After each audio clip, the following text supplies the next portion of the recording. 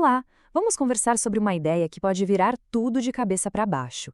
E se não for o medo que impede a gente de ser feliz de verdade? A gente vai fundo hoje num obstáculo bem mais sutil.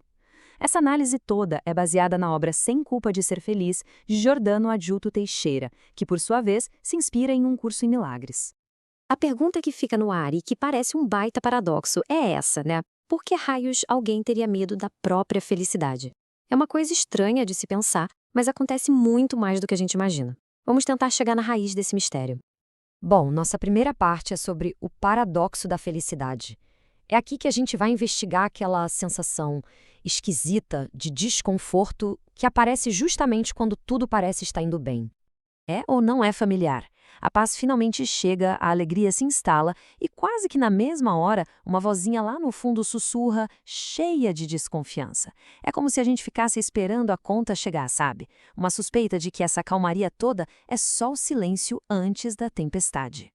E aqui está o pulo do gato. A resistência, veja bem, não é a felicidade em si. É que a nossa identidade, muitas vezes, foi construída na base da luta, do esforço. A paz parece dissolver essa parte da gente, esse tal de ego que adora um drama, que se alimenta do conflito.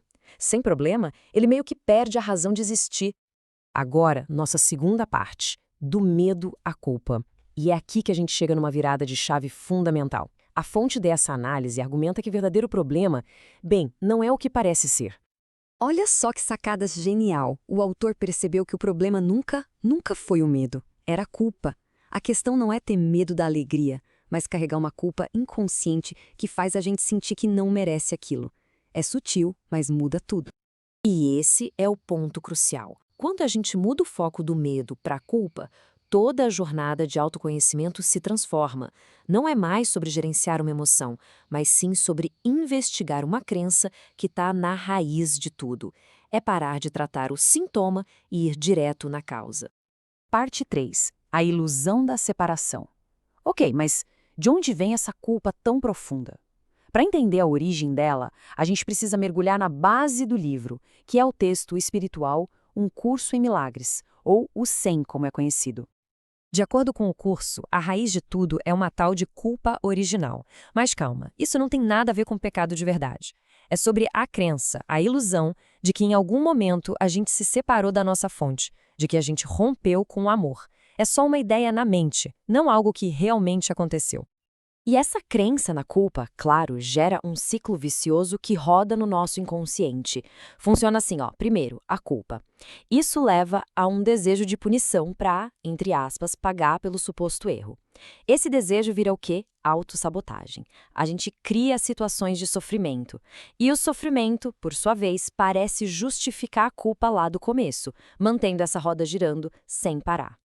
Para sustentar essa culpa toda, o sistema de pensamento do ego inventou uma imagem de Deus que é um espelho dos seus próprios medos.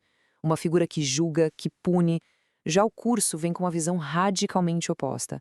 Uma fonte de amor que é incondicional, que sempre acolhe e que, na verdade, nunca condenou. E essa é uma das ideias mais revolucionárias do curso. Pensa bem, se nunca houve condenação, não existe nada para ser perdoado. Isso desmonta completamente a noção tradicional de pecado e castigo. A culpa, então, não viria de fora, mas da nossa própria cabeça, da nossa crença na separação. Quarta parte, o perdão como um novo olhar. Certo. Se a culpa é uma ilusão, qual é a saída? A solução proposta aqui passa por redefinir completamente o que significa perdão. É usar essa palavra como uma ferramenta para mudar a nossa percepção. O perdão nesse contexto não é sobre ser conivente ou passar a mão na cabeça. É um ato que acontece 100% dentro da gente. Significa olhar para uma situação e reconhecer que o que a gente interpretou como um ataque era, na verdade, uma ilusão. É escolher ver a inocência por trás do erro. Essa frase, que é a base do curso, é a lógica por trás desse tipo de perdão. Se só o amor é real, então qualquer ataque, qualquer erro, é irreal. Não é negar que algo doloroso aconteceu no mundo, mas sim negar que isso tem o poder de mudar quem a gente é de verdade. Puro amor. Na prática, isso funciona de duas formas. Perdoar os outros significa parar de projetar a nossa própria culpa neles. e perdoar a si mesmo, isso é parar o ciclo de autoataque e autossabotagem. O objetivo final não é justificar o que os outros fazem, mas sim libertar a própria mente do peso do ressentimento e da culpa. Chegamos na nossa última parte, viver sem o peso. Como seria a vida sem esse fardo da culpa nas costas? É isso que a gente vai explorar agora. É super importante alinhar a expectativa aqui. Liberar a culpa não vai fazer os desafios do mundo desaparecerem. Não é mágica. O que muda é a nossa resposta a eles. O resultado é uma força interna, uma paz que não depende do que está acontecendo lá fora para existir. O resultado é uma vida que, de repente, fica mais simples.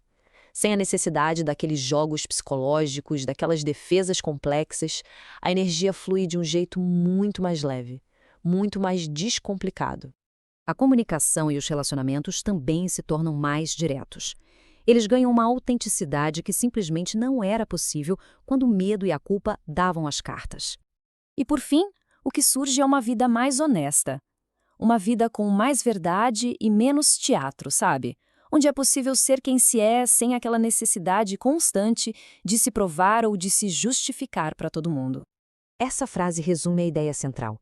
A felicidade não é um prêmio que a gente conquista com muito suor. De acordo com o curso, ela é a nossa herança, nosso estado natural. É a vontade da nossa própria fonte para nós. E a gente termina com essa reflexão. E se todo esse esforço para alcançar a felicidade for, na verdade, o que nos afasta dela? E se o único passo necessário for simplesmente parar de se punir, soltar a culpa e aceitar a paz que já está aqui, só esperando a gente dizer sim? Fica aí a ideia para a gente pensar. Valeu pela companhia.